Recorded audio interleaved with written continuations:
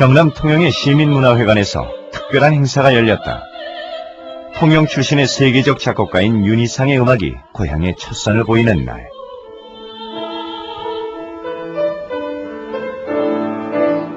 유족으로는 윤희상 씨의 큰딸 윤정 씨만이 참석했다.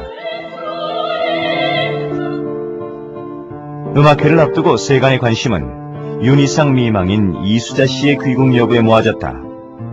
30여 년 만에 귀향이 이루어질 듯 기대를 모은 것도 잠시, 이수자 씨는 끝내 입국을 거부하고 말았다. 이수자 씨가 그토록 오랫동안 기다려온 고국 방문을 포기한 이유는 무엇일까?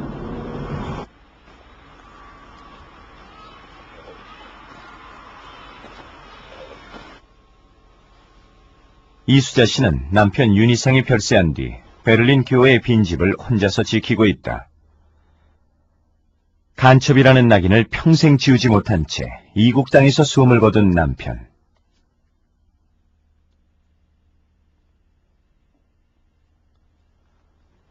이수자 씨는 남편이 관련되었던 이른바 동베를린 간첩단 사건에 대해 정부로부터 공식적인 사과를 듣기 전에는 돌아갈 수 없다고 한다.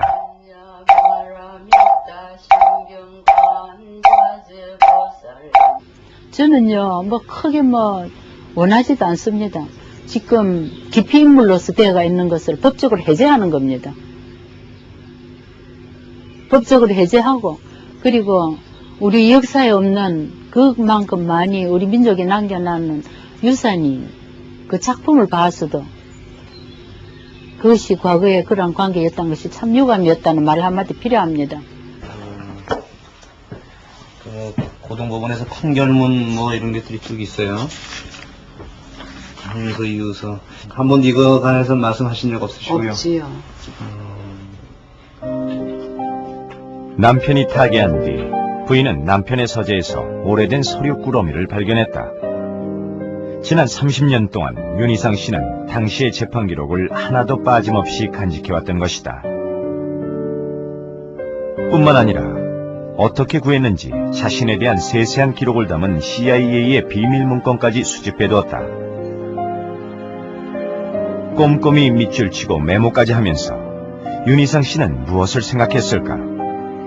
평생 그를 괴롭힌 상처들을 헤집고 그가 밝혀내려 한 진실은 과연 무엇일까? 김영욱 중앙정보부장의 기자회견에서 밝혀진 것을 보면은 북한 괴뢰는 동베를린에 본부를 두고 대남 적화 공작을 벌여왔는데 독일이나 폴란드 등지에서 공부하는 우리 유학생과 그곳에 가서 사는 사람들을 평양으로 유인해서 세뇌 공작을 마친 다음 이들을 다시 우리나라에 귀국시켜 대한민국의 전복을 기도했다고 합니다. 이번 사건에 관련된 자는 무려 200여 명이나 되는데 이들은 북한 괴뢰로부터 공작금을 받아 간첩 행위를 비롯해서 학생들을 선동하고 불온 사상의 유포와 민심의 소란을 꾀해왔습니다. 1967년 7월 건국 이래 최대 규모의 간첩단 사건, 이른바 동백림 사건이 터졌다. 유럽의 유학생과 교민 등이 동베를린 주재 북한 대사관을 방문하거나 평양을 왕래하고 공작금을 받았으며 서울대 서클 민비원을 국내 연계 조직으로 하여 간첩 행위를 했다는 것이었다. 관련자들이 대부분 최고 인텔리였던 데다가 프랑스 화단에서 인정받던 화가 이응로 부부와 독일에서 활동 중인 음악가 윤희상 부부까지 끼어있어 사건은 한층 충격적이었다. 근데 안기부에서는 정부 쪽, 그러니까 그땐 중앙정보부죠. 다 그렇게 갖다 붙이고 싶어서 그렇게 발표를 했으니까 자기대로 군비대로 발표를 했는 거죠. 그 자술서, 누구든지 잡혀가면은 자술서라는 걸 쓰게 돼 있습니다. 그러니까 자술서는 글자 그대로 자기가 썼다 그거 아닙니까?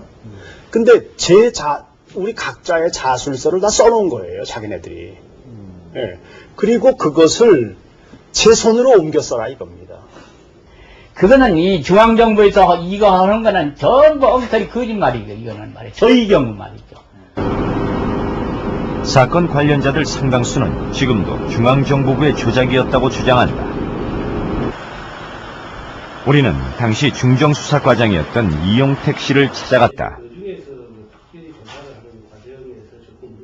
너무 오래전 일이라 생각나지 않는다는 그에게 과거의 판결 자료를 보여주며 기억을 되살리게 했다. 그럼요. 그거는 본인들이 가급적이면 간첩 사건에 자기 죄를 감추려고 그러지 없는 걸 지금 부를 리가 있겠어요, 그 사람들이. 자기가 하지 않은 행위, 또 자기가 하지 않았던 말, 이거를 부풀어서 그 진술할 태도는 없어요. 그거 다 있던 얘기였고, 난수포 중에는 이제 제가 이 얘기하는 건 수치로 써가지고 있는 것도 있는데, 이것을 소금물에 담가야만 그 숫자가 나오는 것도 있습니다. 그런 건 일회용이죠. 이용택 씨의 주장대로 당시 수사 발표에서는 북한방송 청취용 라디오와 난수표 등이 증거물로 공개된 바 있다. 사건 공소장에도 북한으로부터 난수표와 암호문을 건네받았다는 기록이 있다. 이것이 사실이라면 그들은 북한의 지령을 받는 공작원의 혐의를 벗어날 길이 없다. 우리는 이 공소장의 주인을 만나서 사실을 확인하기로 했다. 계십니까? 안녕하세요. 저희가 주경수 선생님. 지금 없어요. 예? 잠깐만요. 예? 예? 여보세요? 이 사건으로 무기징역을 선고받았던 조모 씨는 한사코 취재에 응하기를 거부했다. 여러 차례에 걸친 섭외 끝에 어렵사리 털어놓은 그의 증언. 그때 당시에요. 이렇게 뭐 난수표랄지 이런 것들을 받고 이렇게 넘어오셨다고 말씀들을 들었는데요. 진짜로 이 가져오신 겁니까? 갖고 왔어요. 그래서 어떻게 하셨습니까, 그거를? 갖고 와서 그냥 묻어뒀다가 그냥 끝내버린 거죠. 이용택 과장이 그렇습니까? 예. 뭐 그거 이용택 과장이 이게 뭐 맞는 얘기라고 생각해서 있겠어요. 갈수록 오리무중이었다. 일각에서는 동백님 사건이 조작이라고 주장하지만 몇몇은 북한으로부터 난수표를 받아 보관하고 있었던 것도 사실이다. 우리는 사건을 원점에서 다시 알아보기 위해 주요 무대였던 독일로 갔다. 네. 아유, 어서오세요. 들어오세요. 아유, 오늘 아침에 오신다고 해서 점심해놓고 계속 기다렸잖아요. 제일 먼저 찾아간 곳은 동백님 사건 이후 독일로 귀화한 박성옥 씨 댁이었다. 아니, 들어오세요. 먼저 오시느라 수고 많으셨어요. 아니, 그게 도대체가 그것이 프로로 나갈 수 있어요? 아, 그러면? 나는 여기서 살고 있기 때문에 상관이 없는데. 박성옥 씨조차도 선뜻 입을 열기 거북해했다.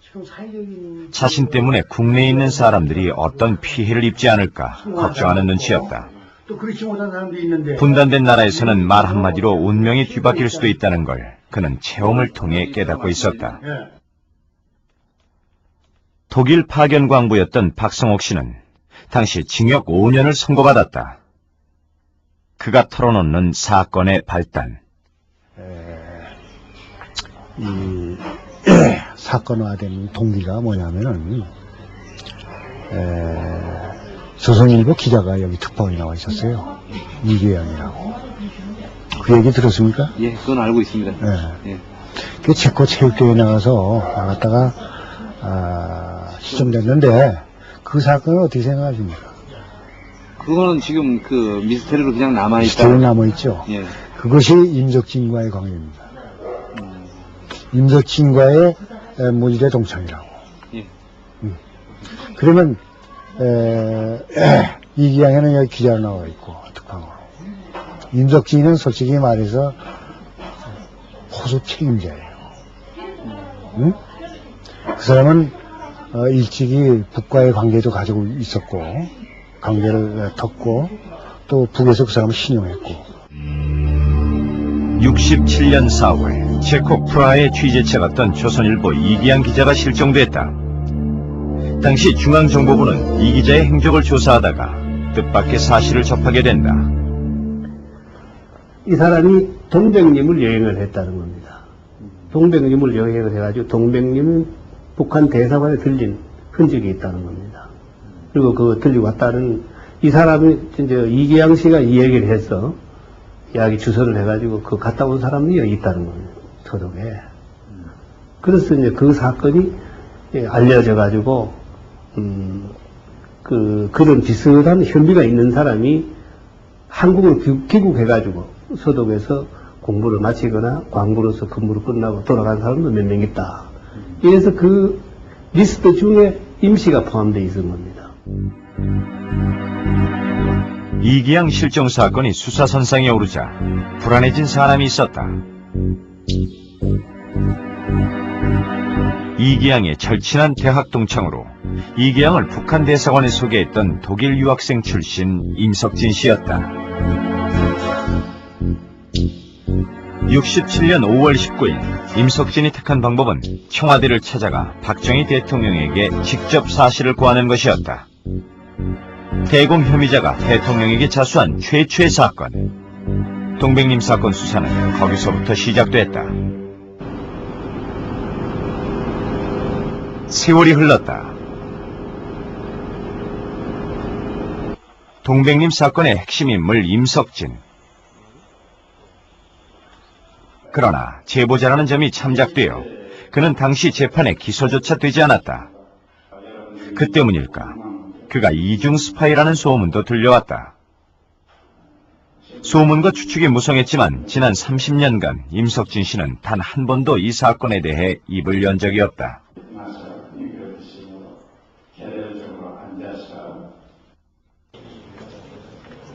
지방의 한 세미나장에서 우리는 그를 만날 수 있었다. 이제는 국내 해결 철학의 태도로 자리 잡은 존경받는 철학 교수. 임석진 씨는 우리의 취재 요청을 몹시 곤혹스러워했다. 어디가 좋으시겠어요? 밖에 나가실까요? 시원한 데서.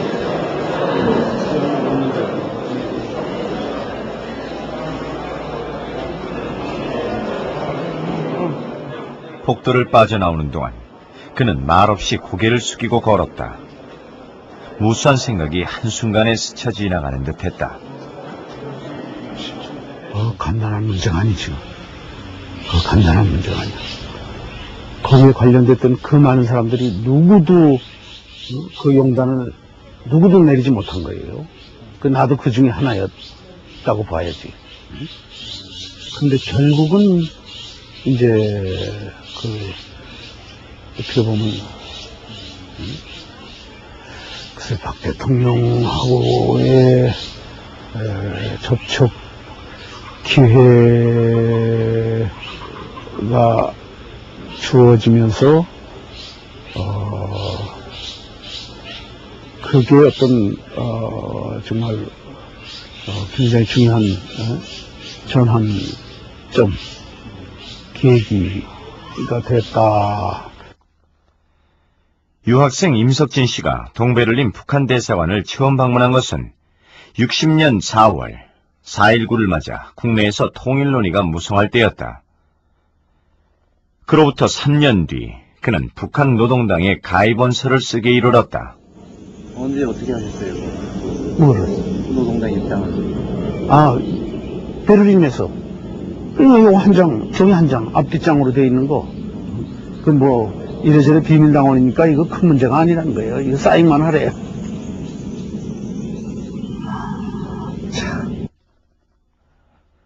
당시 독일인들은 분단된 뒤에도 동서독을 비교적 자유롭게 왕래했다. 따라서 그곳에 있는 한국 지식인들은 북한에 대해 그리 큰 경계심을 갖고 있지 않았다. 현지 한국인들이 동베를린에 있는 북한 대사관에 대해 가지는 인상은 적대감보다는 동질감에 가까웠다. 그 우편함에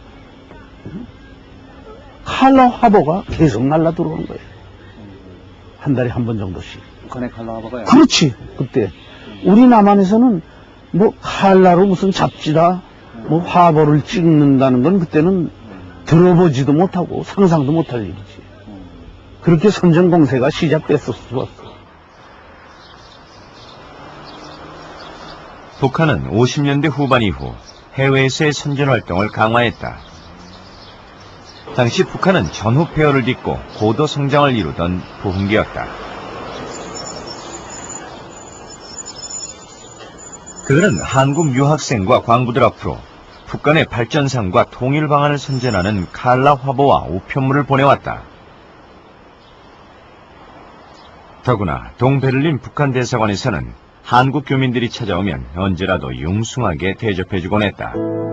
당시 남한의 경제 사정은 북한에 비해 뒤떨어져 있었다. 남한의 철강 생산량은 북한의 20%, 전력은 30%, 1인당 국민소득은 북한의 60%에 불과하던 시절이었다. 외화벌이를 위해 독일로 떠난 광부와 간호사들은 가난한 반쪽 남한의 자화상이었다. 67년까지 독일에 파견된 광부와 간호사는 약 4,200여 명.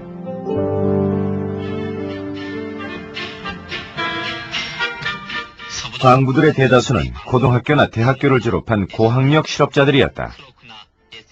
육체 노동에 익숙치 않은 신참 광부들은 시간의 근무까지 하면서 수입의 3분의 2를 가족들에게 송금하곤 했다. 이런 생활 속에서 북한은 막연한 동경과 호기심의 대상이었다. 남북이 갈라져 있다는 거, 외국에서 흐름이 제일 남북 갈라지는 흐름이거든. 그러니까 노스코리아냐, 사우스코리아냐 물어보고 노스코리아는 잘 간다 그러더라. 사우스코리아는 못 간다 그러더라. 그래서 여기서 이제 반발이 생긴 거고, 거기서 이제 우린 큰 일이 돼야 된다. 60년 12월 24일 날 크리스마스 날 저녁에 한국 학생들이 모여갖고 우리 이게 따분하게 이게 뭐냐 크리스마스 날 저녁에 그러니 우리 그 동백님 가서 그 놈들한테 가서 얻어먹자 말이죠. 자꾸 죽기 돼요. 그래서 난 가면 죽어 이제 그 사람들한테 잡혀서 그래갖고 안 가려고 하는데 잡히면 혼자 잡혀. 우리도 다 같이 잡히면 잡혔지 말이야. 그래갖고 우리 집단 행동하자 말이야. 해갖고 자꾸 정말로 뭐 하자고 하대요. 그래서 그럼 가서 얻어먹자 말이야. 해갖고 그래갖고 또 세 번째 또 간 겁니다. 음악가 윤희상 씨도 이 무렵 북한을 다녀왔다. 작곡의 모티브가 되는 고구려 벽화 사신도를 직접 보기 위해서였다. 사실은 내가 이 그림을 보러 가기 위해서 봤기 때문에 1963년입니다. 이북에서 돌아오고 나서 소위 동문염 사건이라 그런 게 생겨서 이 그림 때문에 사실 사형 죽음의 문앞까지 갔다가 돌아온 사람입니다. 북한 대사관이나 평양을 방문한 사람들은 대개 뚜렷한 정치적 목적이 없었다. 그걸 알면서도 북한은 왜 이들을 초청한 걸까? 친북 세력을 좀 늘리고. 그렇죠. 그러지. 국내에 만약에 그 사람들이 왔을 때 나중에 그 북한 측이 협조할 수 있도록 그 거점을 확보하는 건가요? 그것까지도 아니에요. 그 정도란 뭐 정말 공작원이지. 아니고 하여간에 동조 세력으로. 그런데 이제 아까도 얘기했지만은 뭐 그렇게까지 뭐 비용을 들여가면서 평양으로 초청하고 많은 사람들을 그러느냐 이제 이런 얘기가 나왔는데 그런 정도로 어떤 그 값을 할 수 있는 그런 사람들로 자기들은 평가를 했는지 모르죠. 그렇게 볼 수가 있겠지. 어디 가야 거울 타고 북한의 의도가 어땠든 현지 한국인들의 가장 절실한 요구는 이산가족 상봉이었다. 이영로 화백도 인민군으로 끌려간 아들을 만날 수 있다는 소식에 동베를린 북한 대사관을 2차례 방문했다. 초조하게 아들의 회신을 기다릴 무렵 한국 대사관에서 사람이 찾아왔다. 박정희 대통령이 해외 문화유공자를 초청하니 주변에 알리지 말고 조용히 오라는 것이었다. 은밀한 체포작전이었다. 대사관에서 왔었죠. 대사관에 공사가 왔었죠. 그래서 이제 공사가 왔으니까 공사를 또 요청을 믿었고 또 이제 그런 얘기를 이제 시기하는 사람들이 많이 있으니까 아무한테 그렇게 말씀하시지 말라고. 그러면 누가 나도 가고 왜 나는 초청을 안 했느냐 할 테니까 이제 그러니까 초대를 한다고 해서 그러면 지금 생각하면 어떻게 생각하면 그것도 한 수법에 우리가 바보처럼 걸린 거지 뭐예요. 훗날 김영욱 중앙정보부장은 동백님 사건 체포작전을 회고록에 남겨놓았다. 중정에서 파견한 공작반은 일제히 체포작전에 들어갔는데 사회적 지위에 따라 A, B, C급으로 검거 방법도 달랐다. 나는 작업하고 밤에 10시에 나오다가 정문에서 대사관 공사가 기다리고 있었다 이거야. 영상가 하고 넘어가라고. 그래서 그게 이제 한 대형님이 이제 같이 따라온 놈들이 있었는데 무조건 차에 실렸어요. 헐레가 있다고 해서. 그래서 그 다음 날은 대상하러 간 겁니다. 갔는데 이미 그 사람들은 벌써 나를 거기서부터 납치해 갔는데 말하자면 납치 후에 어떻게 하겠다는 그 프로그램이 다 짜여 있더라고요. 저하고 같이 세 사람이 세 대씩 나눠 타고 제각기 이제 함부르크로 가는 겁니다. 함부르크 공항으로. 그래서 이제 함부르크에 도착했더니 거기서 여권을 다 만들었어요. 벌써 보니까 제 여권을 대사관에서. 그래갖고 저한테 주더라고요. 공항에서. 그 이제 그거 받아갖고 이제 개찰구 통과했던 거죠. 이민국 통과했던 거죠. 임석진 씨가 제보한 뒤 50여일 만의 일이었다. 중앙정보부는 외국에 있는 교민을 검거할 때 현지 수사당국에 의뢰해야 한다는 관행을 어기고 관련자들을 강제 유인하거나 납치해서 데려왔다. 이것은 훗날 주권 침해 논란의 불씨가 됐다.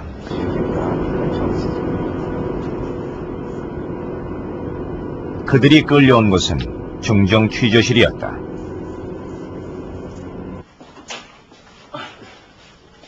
여기서는 ABC급이 따로 없었다.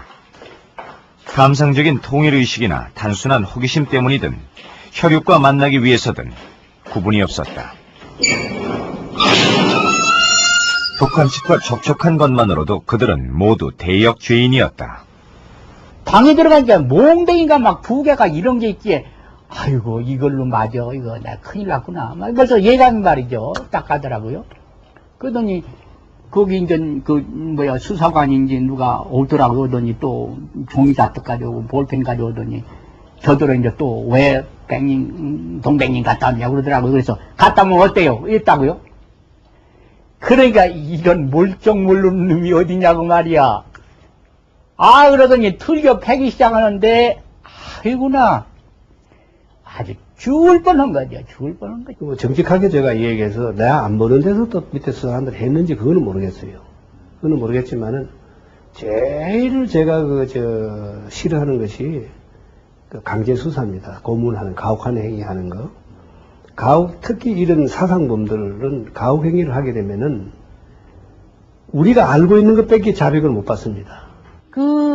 그렇게 매달아가지고 하루에도 몇 번이나 물로 위에서 붓고 수건을 얼굴에다 달아놓고 붙여놓고 위에서 물로 부으면 기절하지요. 그리고 지독한 고문을 당했는 모양입니다. 그럴 때는 그 동백님 한번 갔다 왔는 게 뭐 그래 죄가 되느냐 하는 얘기, 죄의식을 안 갖는 겁니다. 그 사람들이. 굉장히 반발을 하고 이래서 수사를 하는데 굉장히 예로가 있었는데 거기다가 이제 우리가 또 한 가지 이제 차질이 있었던 게 뭐냐, 수사의 제일 큰 차질이 두 가지입니다. 하나는 핵심 인물인 윤희상 씨가 자결을 하려고. 도저히 그 모욕감을 갖다 견뎌나갈 수가 없어서 자살하려고 했죠. 어떻게 자살하려고 했어요? 그러니까 늘 세 사람이 지키고 있었는데 한 번은 아무도 없더랍니다. 그래서 젖들이, 유리젖들이 묵은 걸 가지고 머리로 쳤답니다. 쳐니까 몇 번 치니까 정신이 없어지더랍니다. 근데 한 번 쳤을 땐 피가 흘렀어. 피가 여기다 다 흐르는 걸 갖다가 손가락 찍어가지고 벽에다가 우리 아이들에게 아버지는 간첩이 아니다 쓰고. 중앙정보부의 과잉 수사는 엉뚱한 사람까지 동백님 간첩단의 일원으로 만들었다. 몇 해 전 작고한 천상경 시인은 이 사건의 또 다른 피해자다. 그러니까 그냥 대소변을 이렇게 쌀 정도로 그 신경도 그래지고 그래서 이제 그걸 제가 결혼하고 나서 이 다리를 주무시다가도 몇 번을 이렇게 그냥 탁탁 이렇게 하면서 막 들면서 놀래시고 그러더라고요. 그러면 제가 다리 이렇게 그냥 쫙 이렇게 눌러서 쓰고 굉장히 그때는 심했어요. 일종의 정기 고민 네. 느낌 때문에. 네, 네. 그래서 제가 그랬을 때니 손에다가 이렇게 끼워 놓고 고문을 시키는데 많이 당하신 것 같아요.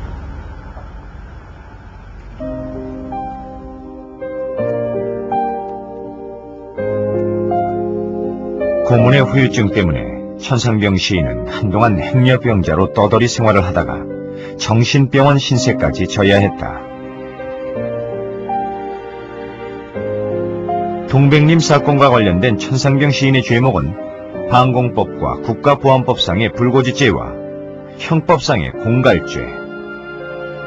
친구인 강빙구가 북한 인사와 만났다는 얘기를 듣고도 신고하지 않았을 뿐더러 이를 빌미로 협박하여 술값을 요구하고 돈을 갈취했다는 것이다. 그를 아는 사람이라면 천상병이 대학 동창 강빙구한테서 술값을 받아 썼나 보다라고 가볍게 웃어넘길 일이었지만 매정한 시대는 그의 문인다운 기행마저도 용납치 않았다. 내가 정기고문을 2번을 당했으면은 아기를 낳았을 텐데 3번이나 당해서 아기가 없나 보다고 그런 이야기를 하실 만큼 정말 그 정기고문 당하셨을 때 그 이야기는 뭐 당신들도 당해보시오. 죽습니다 하고 이제 그럴 정도로 굉장히 정말 심하게 당하셨던 것 같아요. 중앙정보부는 유럽에서 송환한 관련자들을 구속함과 동시에 국내 연계 조직으로 서울대 서클 민족주의 비교연구회를 검거했다. 동백님과 연계되어 정부 전복을 기도했다는 혐의였다. 민족주의 비교연구회는 서울대 정치학과 학생들이 중심이 된 교내 합법 서클이었다. 중앙정보부는 이 서클의 지도교수인 황성모 씨가 독일 유학 시절 북한과 접촉한 간첩이라고 전제하고 민비언은 간첩의 지령을 실천한 학생 조직이라고 발표했다.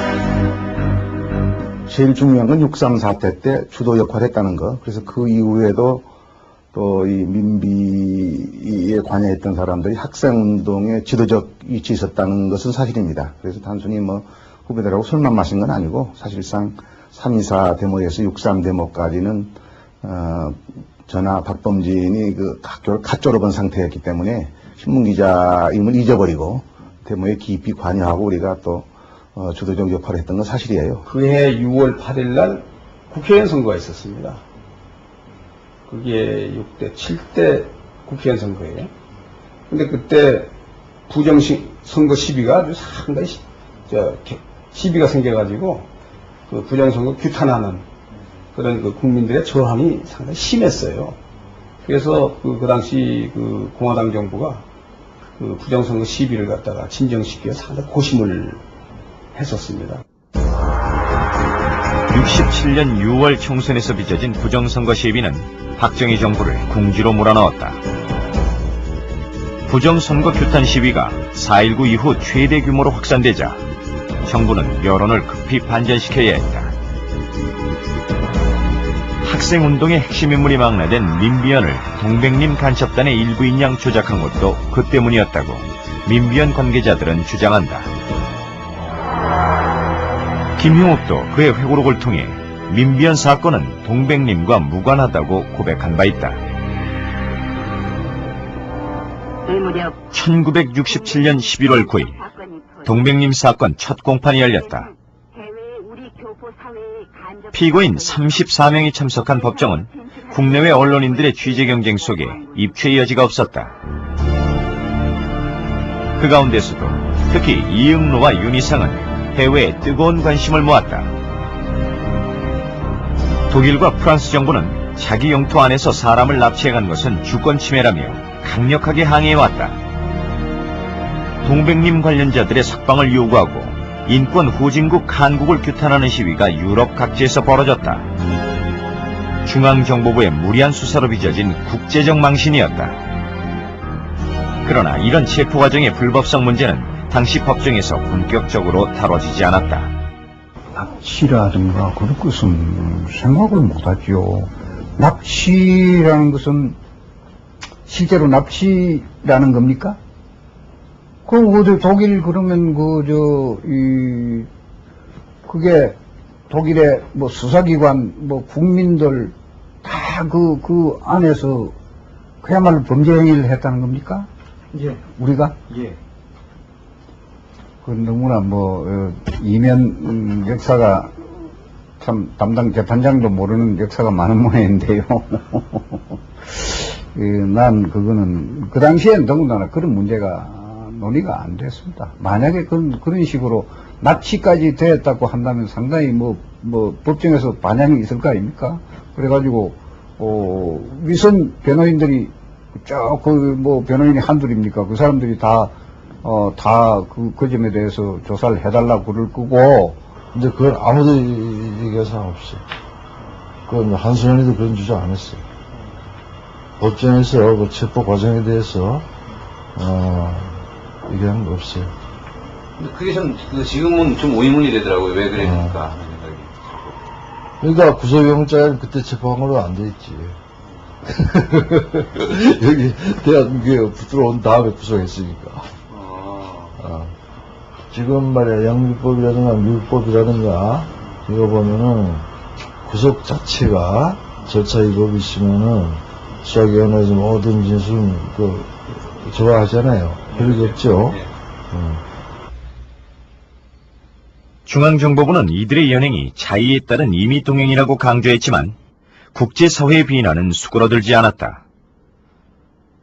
독일 정부는 우리 대사관 직원들을 추방하고, 7천만 마르크에 달하는 차관도 중단하겠다고 위협했다. 정부 대표라는 그거로서 왔습니다. 어떠셨어요? 내가 지금 기억나기는 그 사람의 명함을 찍어왔다고 생각을 합니다. 독일 정부 대표다 해가지고. 수사 발표 난 직후에 독일 정부가 강하게 항의를 해왔고, 당시의 법정에 독일 서독이죠. 서독 정부에서 보낸 카메라맨이 텔레비전 카메라가 법정을 전부 촬영하고 하는 이런 일까지 있었습니다. 재판은 계속됐다. 동백님 사건의 최대 쟁점은 이들의 행위가 항공법과 국가보안법에 저촉되는가 하는 점이었다. 피고인들은 대부분 북한과 접촉한 사실을 순순히 시인했지만 북한 노선에 따라 남한 정부를 전복할 목적은 없었다고 주장했다. 판결문에 어떤 사람이 가족을 만나러 갔느냐, 간첩을 하러 갔느냐 하는 식으로는 판결문에는 구분이 안 됩니다. 문제는 판결문에는 단순히 가족 만나러 간 사람에 대해서는 그거는 북한에 들어갔다는 거, 소위 탈출, 우리나라에서 북한에 가는 것을 이제 탈출이라고 하는데, 탈출을 했다는 그 점에 관해서 그것만으로서 그 당시에 이제 이 처벌 대상이니까. 국내법의 안목으로만 본다면 거기 왕래한 것은 적어도 형식상으로 문제가 되죠. 그러나 행위지라고 할 수 있는 독일, 이 동서백님의 현지의 감각이나 분위기로 봐서는 아무렇지 않았던 거죠. 그리고 이 법적으로 보더라도 그런 지역에 간 것 자체가 이게 죄가 아니라 적어도 반국가단체에 이익이 된다는 점을 알면서 이러이런 행위를 했을 때에 그 죄가 되게끔 돼 있습니다. 다만 법을 적용하고 해석할 때 그런 상대방에게 이익이 된다는 점을 알고 했느냐 모르게 했느냐에 대한 걸 분명히 가려지지 아니하고 그냥 가시면 다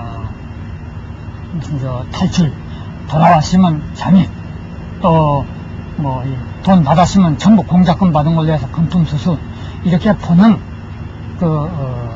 검찰이나 법관의 어떤 법률 해석에 문제가 많이 있었죠. 그러니까 전체가 다 간첩행위를 했다고만은 볼 수 없어요. 네. 그때 보면 이제 우선 불법지역 내왕이라는 게 있지 않습니까? 그 다음에 또 지령을 받았다는 거, 그 다음에 또 금품을 수수했다는 거. 이런 것이 다 법에 걸리니까. 국가보안법하고 방공법. 그때는 방공법이 살아있을 때입니다. 거기에 걸리니까 이제 그 법에 의해서 처벌받았다, 이렇게 봐야죠. 우리들을 갖다 간첩으로다 몰아붙여가 그렇게 130명을 갖다 연루시켜서 그렇게 한국을 갖다 떠들썩하게 만들었었는데, 아무리 그 두목인 윤희상 씨를 보더라도 말이죠. 제가 보기에는 윤희상 씨가 간첩을 했으면 뭐를 간첩했겠어요. 솔직한 얘기로. 그냥 반도 58년인가 57년인가 파리를 유학하고 그렇게 조그만 나가 그렇게 됐는데, 그 사람이 뭐를 알아요? 한국 국내 사정을. 간첩을 한다면은 그 국내 사정을 갖다가 알아갖고 국내 사정을 북한 사람들한테 자꾸 전해줘야 될 텐데, 그 사람이 이국만리에 앉아갖고 학생 신분으로서 자기 공부하기 바쁜데 무슨 간첩을 뭘 갖다 우리 극비 문서를 갖다가 또는 극비를 갖다가 전해줄 수 있겠습니까? 재판이 진행될수록 석방자가 늘어났다. 애초 발표된 194명의 간첩단 가운데 기소된 사람은 34명, 실형을 받은 사람은 19명에 불과했다. 그래도 여전히 당국은 이 사건을 동백님 간첩단이라 불렀다. 저는 처벌을 받겠습니다. 그렇지만 제발 그 작품들이 자유세계를 돌아가요. 자유세계의 음악 청중들에게 소개될 때 제발 간첩의 작품이 아니라고 하는, 간첩의 작품이라는 명령을 쓰지 않도록 재판장님께서는 다른 죄는 저한테 주셔서 간첩죄만은 깊이 그 작품들을 위해서 생각해 주시기 바랍니다. 69년 3월 31일 대법원 형사부의 최종심 확정. 윤희상은 징역 15년을, 이응노는 징역 3년을 받았고 사형도 2명 있었다. 그러나 형은 집행되지 않았다. 70년 12월 사형수 2명에 대한 사면을 끝으로 세상을 떠들썩하게 했던 동백님 관련자들은 한 명도 남김없이 모두 형기 이전에 석방됐다. 나도 들은 이야기인데 왜 이제 그러느냐 내가 항의를 하니까 김효우 왈 이 외교관계 때문에 서독과의 국교를 열어야 되겠는데 서독에서 그 사건에서 관련됐던 사람을 석방해주기 전에 독일에서 잡아간 사람들 석방해주기 전에 자기들 국교를 정하는 열 수 없다 그런다는 겁니다. 대통령이 그 결단을 내렸다는 겁니다. 그러면 어떻게 서독에서 한 사람은 싹 내주고 다른 데서 가는 걸 싹 열어놓을 수 있느냐 이거죠. 그러니까 일제히 다 풀어뿌리고 관계를 개선을 해라. 이래서 사면된 걸로 알고 있어요. 재판에서 직접 그 외부가 항의를 수용한다는 것은 거꾸로 또 한국의 이 주권, 또 한국 그 사법권의 문제가 있기 때문에 표면상으로는 그걸 재판 단계에서 반영한 것이 아니고 형 집행 과정에서 반영했다. 이렇게 볼 수가 있죠. 판사가 왈가왈부할 일은 아닙니다. 뭐 형의 집행은 행정부에서 하는 일이니까. 그러나 너무 그 재판부의 판결 결과가 뭐랄까 좀 소홀히 대응되었다는 점에서는 뭐 별로 좋은 그건 아니죠.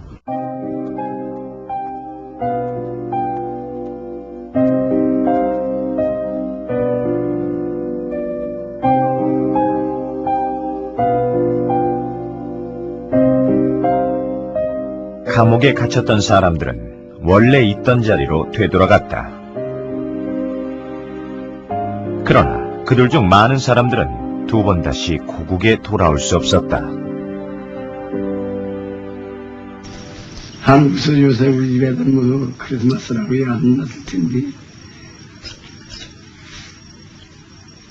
우리 같은 애도 보고 싶어. 지금은 뭐 크리스마스 하는 사람들은 별로 없어요. 아이들이나 싶으니까. 뭐 그래도 한국에서는 크리스마스라고 하는 애들이 하다. 근데 요거는 정치를 잘하면 상관없을 텐데 어째서 이렇게 학생들하고 싸움을 할까? 학생들하고는 하나도 나쁘지 않은데 우리가 들으면 다 옳은 말이니 말이야.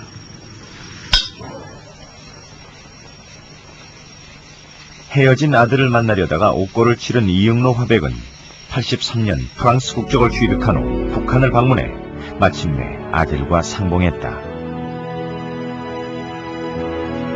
89년 1월 동백님 사건 후 처음으로 서울에 그의 작품이 전시되던 날, 그는 파리에서 숨을 거두고 말았다.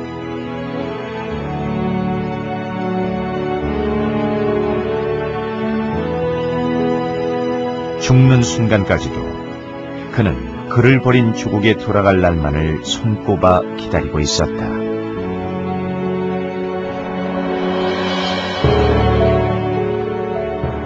윤희상은 성공한 예술가였다. 현존하는 세계 5대 작곡가 중 한 사람으로 손꼽혔고 독일 연방공화국에서 주는 대공로 훈장도 받았다. 그러나 윤희상의 인생은 적막했다. 평생 반한인사, 친북인사라는 낙인이 그를 따라다녔다. 가깝던 친구들도 점차 그를 멀리했다.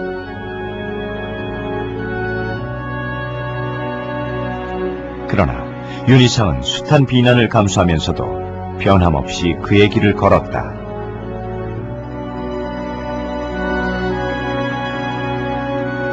범민련 해외본부장으로 제2야 통일운동에 앞장섰고 북한의 요청에 따라 평양에 윤희상 연구소를 내고 후학을 양성했다. 이 때문에 남한 정부와의 관계는 더욱 악화됐다. 죽기 한 해 전 마지막으로 고향 땅을 밟고 싶다던 윤희상의 간절한 소원은 끝내 이루어지지 못했다. 정부가 그에게 각서를 쓰라고 요구해왔기 때문이었다. 자기는 하나도 잘못한 거 없습니다. 자기는 민족의 아들로서 남도 북도 하나의 나라로서 내 조국으로 볼 때는 남의 외세로 인해서 깨지는 갈라지는 민족이 하나 되기 위해서 자기 생명을 아끼지 않고 노력했는 평생을 거기에 이바지하고 노력했는데 무엇을 잘못했다고 잘못했다 할 겁니까? 언젠가 우리나라가 통일이 될 때는 그때는 그럼 내가 잘못했다고 빌었으면 그럼 항상 갈라져 있어야 된다는 것을 의미합니다. 그것은 반역자입니다. 그런 식으로 얘기한다면 간첩이 다 자기는 민족 통일을 위한 통일전사라고 얘기하는 거나 마찬가지죠. 남파된 간첩도. 그 민주전사라는, 통일전사라는 거 아닙니까? 그 사람들 주장은. 그렇게 얘기하면 하나의 없는 것이. 내가 언젠가 난 고향에 돌아가야 되겠다. 언제 되면 내가 돌아갈 수 있을까? 내가 남편을 가슴 안고 언제 돌아갈 수 있을까?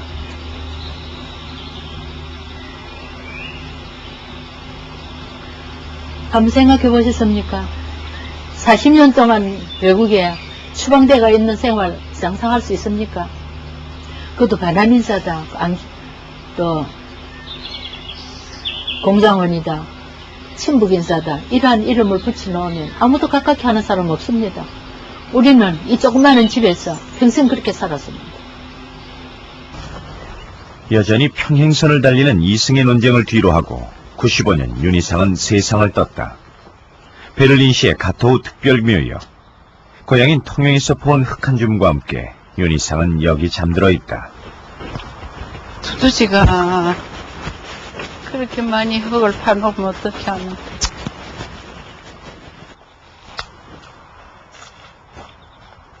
북한은 그의 유해를 모셔가겠다고 했지만 고향인 통영에 묻힐 수 없다면 차라리 베를린에 남겠다고 유언한 남편.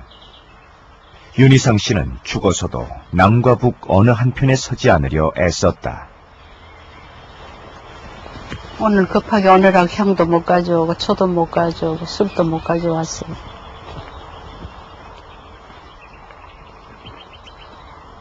동백림 사건이 터진 지 32년째. 윤희상은 여전히 죄인이다.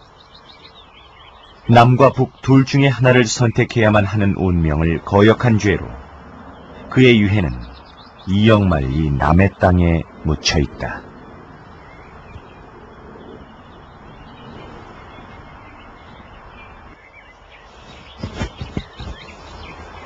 잘 있어요.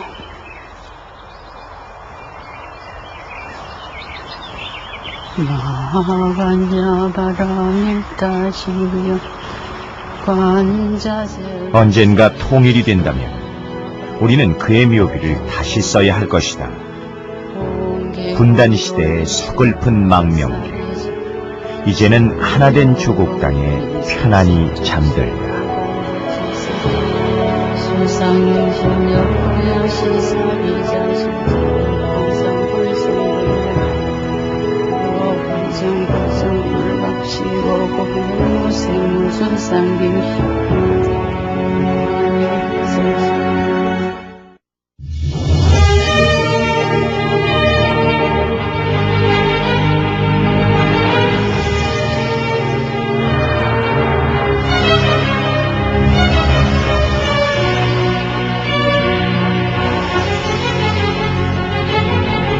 진보당을 멸성시키고 저보안을 사형에 보내는 일에 대해 깊이 사과드립니다.